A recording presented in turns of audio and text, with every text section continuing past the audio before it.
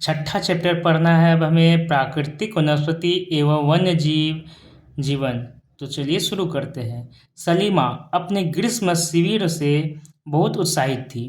अपने सहपाठियों के साथ वह हिमाचल प्रदेश में मनाली देखने गई थी। उसे सब स्मरण था कि बस जैसे जैसे चढ़ाई पर जा रही थी तो वह स्थलाकृति एवं प्राकृतिक वनस्पति के बदलते स्वरूपों को देखकर कितनी हैरान हो रही थी।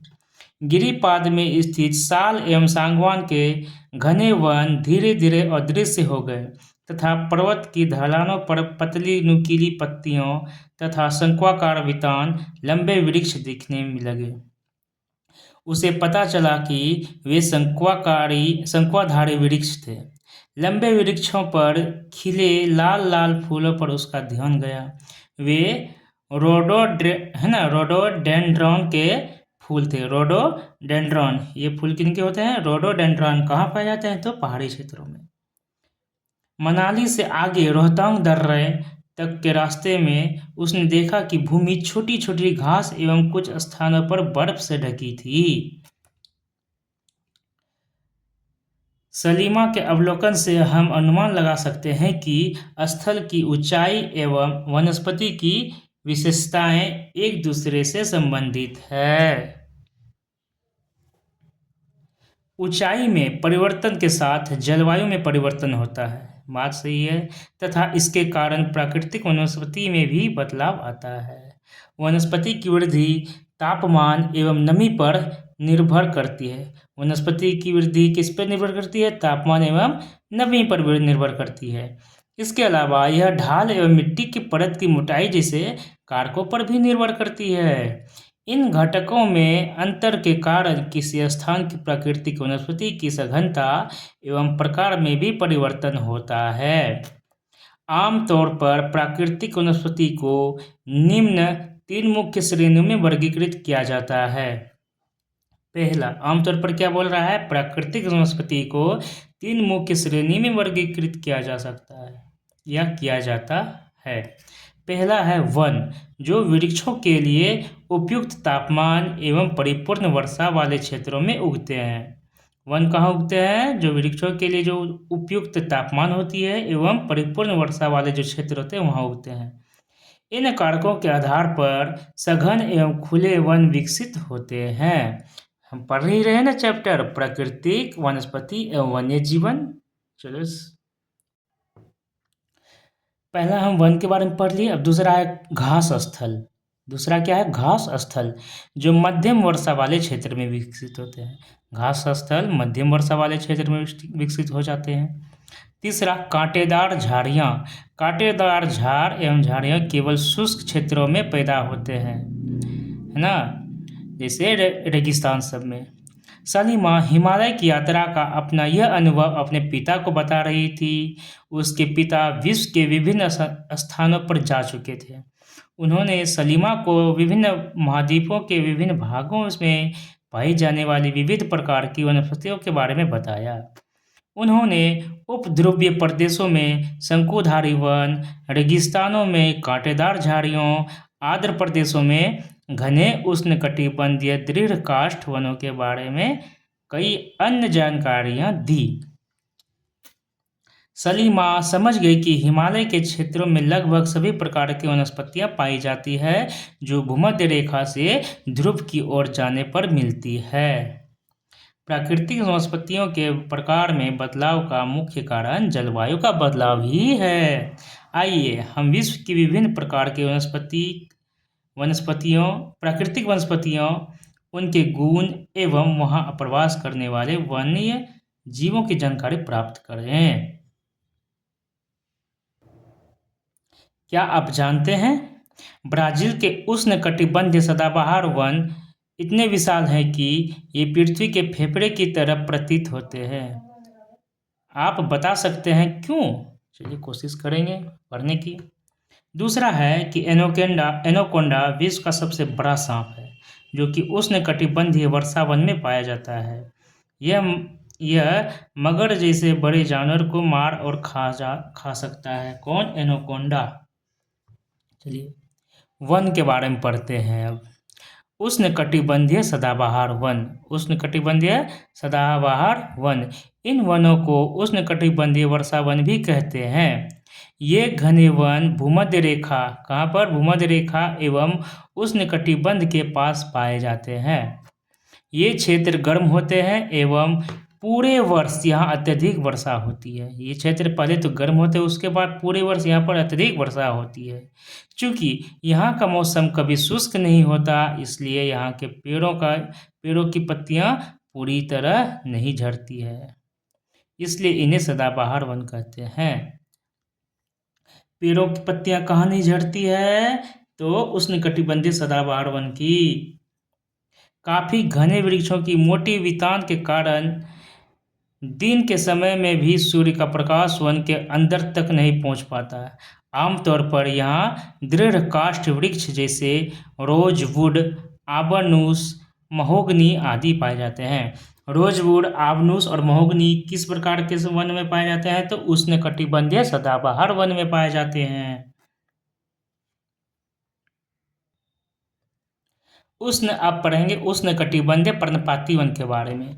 उष्णकटिबंधीय पर्णपाती वन मानसूनी वन होते हैं। उष्णकटिबंधीय पर्णपाती वन कैसे वन होते हैं? मानसूनी वन होते हैं, जो भारत, उत्तरी ऑस्ट्रेलिया एवं मध्य अमेरिका के बड़े हिस्सों में पाए जाते हैं। उष्णकटिबंधीय पर्णपाती वन कहाँ पाए जाते हैं? भारत, उत्तरी ऑस्ट्रेलिया एवं मध्य अमेरिका के बड़े हिस्सों में पाए जाते हैं। ये पर्णपाती वन मानसूनी वन भी होते हैं। इन क्षेत्रों में मौसमी परिवर्तन होते रहते हैं। जल संरक्षित रखने के लिए शुष्क मौसम में यहाँ के वृक्ष पत्तियाँ झाड़ देती है। पत्तियाँ झाड़ क्यों देती है? कि जल संरक्षित करने के लिए शुष्क मौसम में, सूखा मौसम में पत्तियाँ झाड़ देती है। क्यों? क्योंकि पत्तियों को भी पानी की आवश्यकता पड़ती है, इसलिए ज़्यादा पानी का दोहन ना हो जाए, इसलिए ये पेड़ पत्तियाँ झाड़ देते हैं। इन वनों में पाए जाने वाले दृढ़ काष्ठ वृक्षों में कौन कौन से? साल, सागवान, नीम तथा शीशम है। हम ये गांव घरों में भी देखते हैं। साल, सागवान, नीम तथा शीशम किस प्रकार के वन है? तो उष्णकटिबंधीय क्षेत्र तो हमारा है ही, इसमें पर्णपाती वन होते हैं। यह पर्णपाती वन उसे कहते हैं जो अपना पत्ता झाड़ देते हैं पतझड़ के मौसम में। पेड़ पत्ते क्यों झाड़ते हैं? क्योंकि जल संरक्षित करने के लिए सूखे मौसम में, नहीं तो उस पत्तियों को भी पानी की आवश्यकता होती है। चलिए आगे पढ़ते हैं। दृढ़ काष्ठ वृक्ष फर्नीचर, यातायात एवं निर्माण सामग्री बनाने के लिए बहुत उपयोगी होते हैं। साल, सागवान और नीम का जो पेड़ होता है, ये किसके लिए? फर्नीचर बनाने के लिए, यातायात एवं निर्माण सामग्री बनाने के लिए बहुत उपयोगी होते हैं। इन प्रदेशों में आमतौर पर पाए जाने वाले जानवर हैं बाघ, शेर, हाथी, गोल्डन लंगूर एवं बंदर। पर्णपाती वन में कौन से जानवर पाए जाते हैं? बाघ पाए जाते हैं, शेर पाए जाते हैं, गोल्डन लंगूर पाए जाते हैं, बंदर भी पाए जाते हैं। आओ कुछ करके सीखे। भारत में शीतोष्ण सदाबहार वन एवं शीतोष्ण पर्णपाती वन कहाँ पाए जाते हैं? उन राज्यों के नाम बताएं। भारत में अधिकतर किस प्रकार के वन पाए जाते हैं, इनके भी नाम बताना है। चलिए आगे पढ़ते हैं। पहले अब पढ़ेंगे शीतोष्ण सदाबहार वन के बारे में। पहले हम पढ़ लिए उष्णकटिबंधीय वन के बारे में, उष्णकटिबंधीय सदाबहार वन, उष्णकटिबंधीय पर्णपाती वन। अब पढ़ेंगे शीतोष्ण सदाबहार वन। शीतोष्ण सदाबहार वन मध्य अक्षांश के तटीय क्षेत्रों प्रदेशों में स्थित है। मध्य अक्षांश के कहाँ पर? तटीय क्षेत्रों में स्थित है। ये सामान्यतः महाद्वीपों के पूर्वी किनारों पर पाए जाते हैं। सामान्यतः महाद्वीप का जो पूर्वी इलाका आता है वहाँ पर पाए जाते हैं, जैसे दक्षिण पूर्व अमेरिका, दक्षिण चीन एवं दक्षिण पूर्वी ब्राज़ील, है ना। शीतोष्ण सदाबहार वन कहाँ कहाँ पाए जाते हैं? तो दक्षिण पूर्व अमेरिका में, दक्षिण चीन में, दक्षिण पूर्वी ब्राज़ील में, क्योंकि यह तटीय प्रदेश में पाए जाते हैं मध्य अक्षांश के। यहाँ बांज, चीड़ एवं यूकेलिप्टस जैसे दृढ़ एवं मुलायम दोनों प्रकार के पेड़ पाए जाते हैं। शीतोष्ण सदाबहार वन में कौन कौन से पेड़? बांज का पेड़, चीड़ का पेड़ एवं यूकेलिप्टस का पेड़ पाया जाता है, जो कि दृढ़ एवं मुलायम दोनों प्रकार के पेड़ होते हैं, यही पाए जाते हैं। अब पढ़ेंगे शीतोष्ण पर्णपाती वन। उच्च अक्षांश की ओर बढ़ने पर, उच्च अक्षांश हमारा ऊपर ना, अधिक शीतोष्ण पर्णपाती वन मिलते हैं। ये उत्तर पूर्वी अमेरिका, उत्तर में भी पूरब साइड अमेरिका के उत्तर पूर्वी अमेरिका, चीन, न्यूजीलैंड, चिली एवं पश्चिमी यूरोप के तटीय प्रदेशों में पाए जाते हैं। ये अपनी पत्तियां शुष्क मौसम में झाड़ देते हैं। शीतोष्ण पर्णपाती का वन ही होता है जो पत्तियां झाड़ दे। यहाँ पाए जाने वाले पेड़ हैं बांज, एस, बीच। बांज हमारा शीतोष्ण सदाबहार वन में भी आते हैं। एस और बीच ये शीतोष्ण पर्णपाती वन है। बांज, एस, बीच आदि। हिरन, लोमड़ी, भेड़िए यहाँ के आम जानवर हैं। हिरन, लोमड़ी और भेड़िया जो है यहाँ के आम जानवर हैं। फिंजेट तथा मोनाल जैसे पक्षी भी यहाँ पाए जाते हैं। फिंजेट एक पक्षी है, मोनाल भी एक पक्षी है। वो कहाँ पाए जाते हैं? शीतोष्ण पर्णपाती वन में। शीतोष्ण पर्णपाती वन का इलाका जैसे उत्तर पूर्वी अमेरिका, चीन, न्यूजीलैंड, चिली एवं पश्चिमी यूरोप। ठीक है, चलिए आगे पढ़ेंगे हम भूमध्य सागरीय वनस्पति के बारे में। उससे पहले हम जानते हैं, क्या आप जानते हैं कि भूमध्य सागरीय वृक्ष शुष्क ग्रीष्म ऋतु में, भूमध्य सागर का जो वृक्ष होता है वह सूखे गर्म ऋतु में स्वयं को ढाल लेते हैं। उनकी मोटी छाल एवं पत्तियां वाष्पोत्सर्जन को रोक देती है। भूमध्य सागरीय प्रदेश को फलों की कृषि के कारण विश्व का फलोद्यान भी कहा जाता है।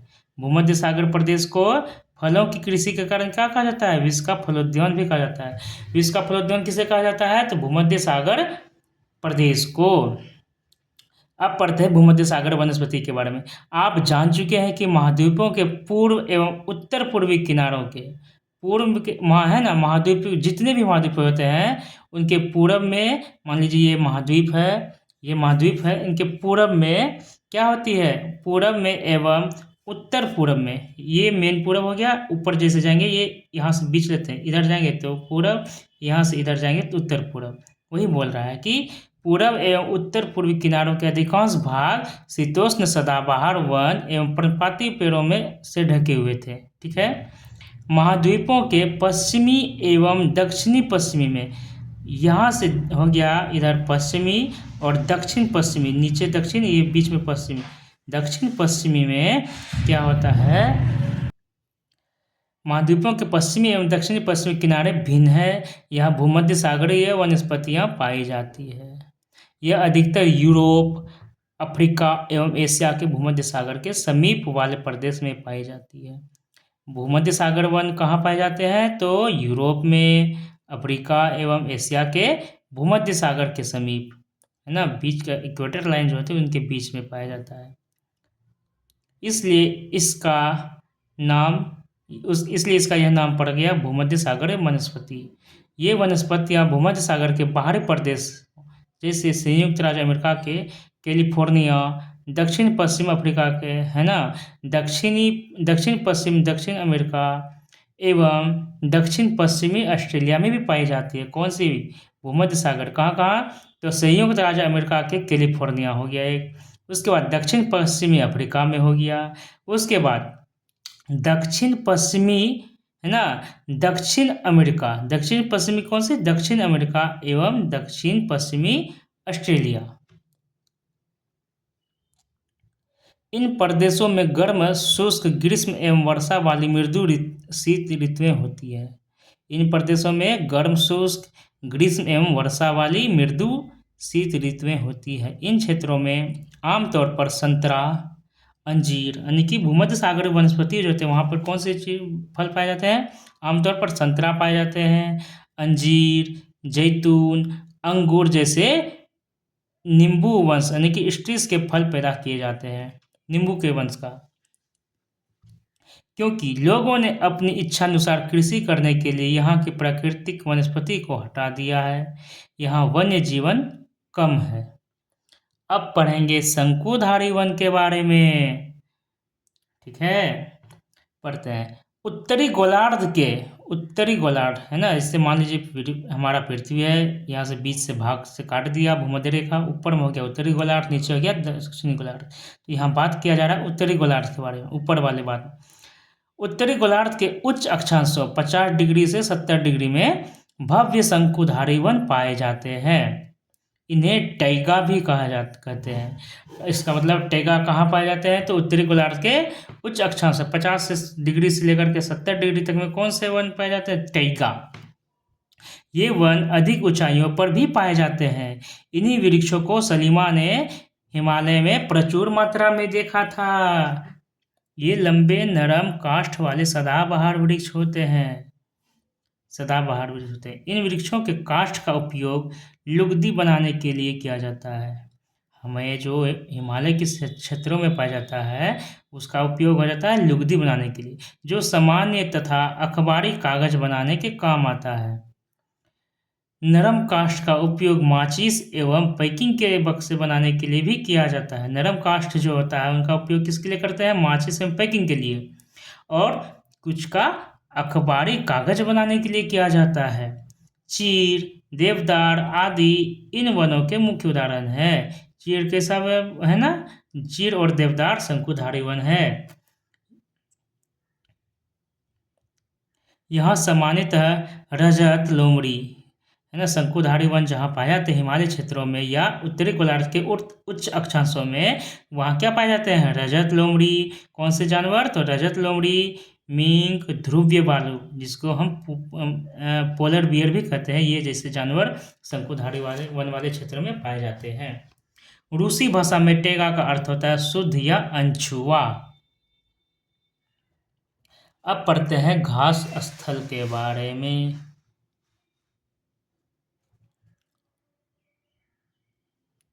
उष्णकटिबंधीय घास स्थल, ये वन भूमध्य रेखा के किसी भी तरफ उग जाते हैं, उत्तर या दक्षिण है ना, और भूमध्य रेखा के दोनों ओर से उष्णकटिबंधीय क्षेत्र तक फैले होते हैं। यह वनस्पति निम्न से मध्य वर्षा वाले क्षेत्रों में पैदा होती है। यह घास काफ़ी ऊंची, लगभग 3 से 4 मीटर की ऊंचाई तक बढ़ सकती है। यहाँ की जो घास होती है ना हमारा उष्णकटिबंधीय क्षेत्र की, 3 से 4 मीटर तक की ऊंचाई तक बढ़ सकती है। अफ्रीका का सवाना घास स्थल कहाँ पाया जाता है, तो अफ्रीका में पाया जाता है। इसी प्रकार का है। सामान्य रूप से उष्णकटिबंधीय घास स्थल में हाथी, जेबरा, जिराफ, हिरन, तेंदुआ आदि जानवर पाए जाते हैं। उष्णकटिबंधीय घास स्थल हम पढ़ लिए। अब शीतोष्ण कटिबंधीय घास स्थल के बारे में पढ़ते हैं। शीतोष्ण घास स्थल के बारे में पढ़ते हैं। ये मध्य अक्षांशीय क्षेत्रों, मध्य अक्षांश बीच वाला है ना, और महाद्वीपों के भीतरी भागों में पाए जाते हैं। शीतोष्ण घास स्थल कहाँ पाए जाते हैं, महाद्वीप के भीतरी भाग में पाए जाते हैं। यहाँ की घास आमतौर पर छोटी एवं पौष्टिक होती है। पौष्टिक घास कहाँ पाई जाती है या छोटी घास, तो शीतोष्ण घास स्थल में पाई जाती है। और शीतोष्ण घास स्थल कहाँ, तो मध्य अक्षांशीय क्षेत्रों में या महाद्वीपों के भीतरी भागों में पाए जाते हैं। शीतोष्ण प्रदेशों में सामान्यतः जंगली भैंस, बाइसन, एंटीलोप आदि पाए जाते हैं। जंगली भैंस, बाइसन और एंटीलोप कहाँ पाए जाते हैं, तो शीतोष्ण घास स्थल में। और जिराफ, हाथी, तेंदुआ इत्यादि कहाँ पाए जाते थे, तो उष्णकटिबंधीय घास स्थल में, क्योंकि वहाँ की घास की ऊंचाई 3 से 4 मीटर तक होती है। चलिए कटीली झाड़ियाँ के बारे में पढ़ते हैं। शुष्क रेगिस्तान जैसे प्रदेशों में पाई जाती है। कटीली झाड़ियाँ कहाँ पाई जाती है, शुष्क रेगिस्तान जैसे प्रदेशों में पाई जाती है।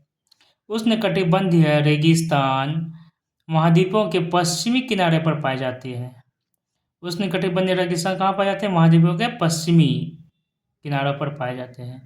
तीव्र गर्म एवं बहुत कम वर्षा के कारण यहाँ वनस्पतियों की कमी रहती है। विश्व के मानचित्र पर रेगिस्तान प्रदेश को चिन्हित करें। क्या आप भारत के बड़े रेगिस्तान का नाम बता सकते हैं? रेगिस्तान के कुछ जानवरों के नाम बताएं जिन्हें आप पहले जान चुके हैं। एक तो है क्या बोलते उसको, ऊंट। चलिए, यदि आप ध्रुवीय प्रदेश में जाएंगे तो वह स्थान आपको अत्यधिक ठंडा मिलेगा। ठीक है, यहाँ बहुत ही सीमित प्राकृतिक वनस्पति मिलती है। यहाँ केवल काई, लाइकेन एवं छोटी झाड़ियाँ पाई जाती है। काई, लाइकेन एवं छोटी झाड़ियाँ कहाँ पाई जाती है? तो ध्रुवीय क्षेत्रों में। ये अल्पकालीन ग्रीष्म ऋतु के दौरान विकसित होती है।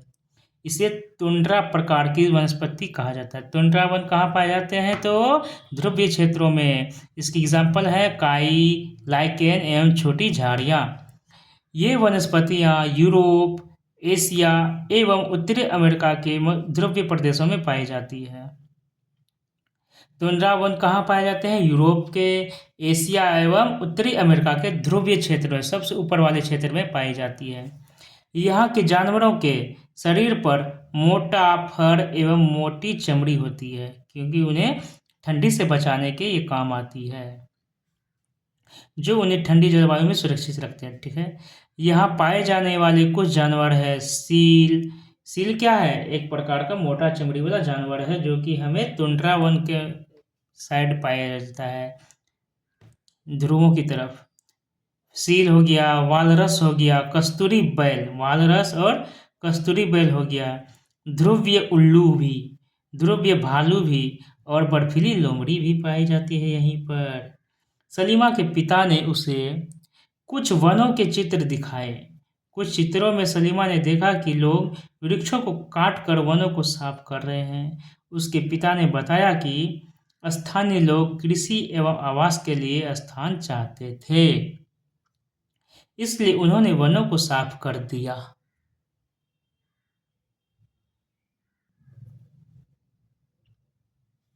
सलीमा सोचने लगी कि अगर वनों को साफ कर दिया जाता है तो वन्य जीव कहाँ जाएंगे?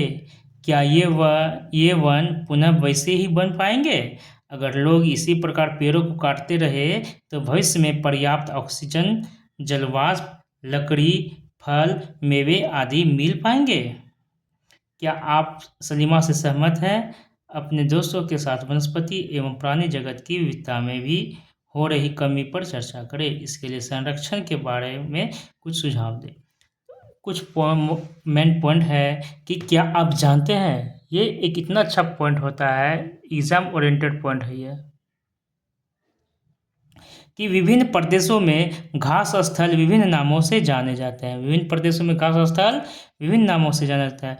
उष्णकटिबंधीय घास स्थल पूर्वी अफ्रीका में कौन सा है? सवाना कहाँ पर पाया जाता है? तो पूर्वी अफ्रीका में पाया जाता है। कंपोस, ये उष्णकटिबंधीय, कंपोस किस प्रकार का घास स्थल है? तो उष्णकटिबंधीय घास स्थल है। उष्णकटिबंधीय घास स्थल तीन मुख्य हैं, सवाना जो कि अफ्रीका में पाया जाता है, कंपोस जो कि ब्राज़ील में पाया जाता है, और लानोस वेनेजुएला में पाया जाता है। कंपोस, लानोस और सवाना, सवाना अफ्रीका में, कंपोस ब्राज़ील में, लानोस वेनेजुएला में। अब पढ़ते हैं शीतोष्ण कटिबंधीय घास स्थल। शीतोष्ण मतलब ठंडी ऊपरी ध्रुवी वाले क्षेत्र में। पैम्पास है ना, पैम्पास किस प्रकार का वन है? एक घास स्थल है, तो शीतोष्ण घास स्थल है जो कि अर्जेंटीना में पाया जाता है। प्रेरी, ये उत्तरी अमेरिका में पाया जाने वाला शीतोष्ण कटिबंधीय घास स्थल है। प्रेरी कहाँ पर? उत्तरी अमेरिका में। वेल्ड घास का मैदान दक्षिण अफ्रीका में पाया जाता है, ये शीतोष्ण कटिबंधीय है। स्टेपी, ये मध्य एशिया में पाया जाता है, स्टेपी। और डाउन, डाउन कहाँ? ऑस्ट्रेलिया में। शीतोष्ण कटिबंधीय घास स्थल कहाँ कहाँ पाए जाते हैं? अर्जेंटीना में पैम्पास पाया जाता है। पैम्पास कहाँ पाया जाता है? तो अर्जेंटीना में। प्रेरी कहाँ का घास मैदान है? तो उत्तरी अमेरिका का प्रेरी है। वेल्ड कहाँ का घास मैदान है, शीतोष्ण घास मैदान? तो दक्षिण अफ्रीका का। स्टेपी कहाँ का शीतोष्ण घास स्थल है? तो मध्य एशिया का। डाउन कहाँ का घास स्थल है? तो ऑस्ट्रेलिया का। तो इस प्रकार हमारा यह चैप्टर भी खत्म हुआ। अब इसके कुछ क्वेश्चन आंसर देख लेते हैं ऑब्जेक्टिव वाले। काई एवं लाइकेन पाए जाते हैं कहाँ पर? बताए थे ना, ध्रुवीय क्षेत्रों में पाए जाते हैं। ये तुंद्रा वनस्पति होते हैं। तुंद्रा वनस्पति में काई एवं लाइकेन को शामिल किया जाता है। कांटेदार झाड़ियाँ मिलती है कहाँ पर? गर्म शुष्क जलवायु वाले क्षेत्रों में, जैसे कि रेगिस्तान। उष्णकटिबंधीय सदाबहार वन का एक सामान्य जानवर कौन सा हो सकता है? बंदर हो सकता है। जिराफ तो हमारा हो गया, जिराफ हमारा हो गया जिराफ हमारा हो गया उष्णकटिबंधीय घास क्षेत्र का जानवर, और ऊंट तो हो गया रेगिस्तान का। शंकुधारी वन की एक महत्वपूर्ण वृक्ष प्रजाति कौन सी है? तो इसका है चीड़। चीड़ जो है ना, एक शंकुधारी वृक्ष होती है। स्टेपी घास का मैदान कहाँ पाया जाता है? अभी तुरंत पढ़े ना, मध्य एशिया में स्टेपी पाया जाता है। दक्षिण अफ्रीका में दो घास के मैदान, एक उष्णकटिबंधीय और शीतोष्णकटिबंधीय।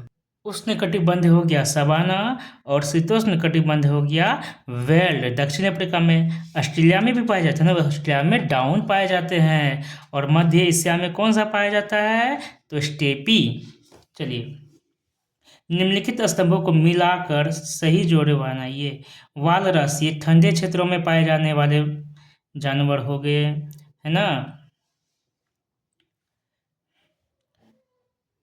देवदार का वृक्ष, जैतून, हाथी, कंपोस और डाउन। कंपोस क्या हो गया भाई? ब्राजील के उष्णकटिबंधीय घास का स्थान है। डाउन हमें ऑस्ट्रेलिया में पाया जाता है। ये भी क्या हो गया? शीतोष्णकटिबंधीय घास का मैदान है। डाउन क्या है? शीतोष्णकटिबंधीय घास का मैदान है। ठीक, उसके बाद या, या, या, या। ठीक है, तो इस प्रकार हमें पीछे पढ़े हुए अनुसार मिलान करना पड़ता है। तो दोस्तों अब अगले चैप्टर में मिलते हैं।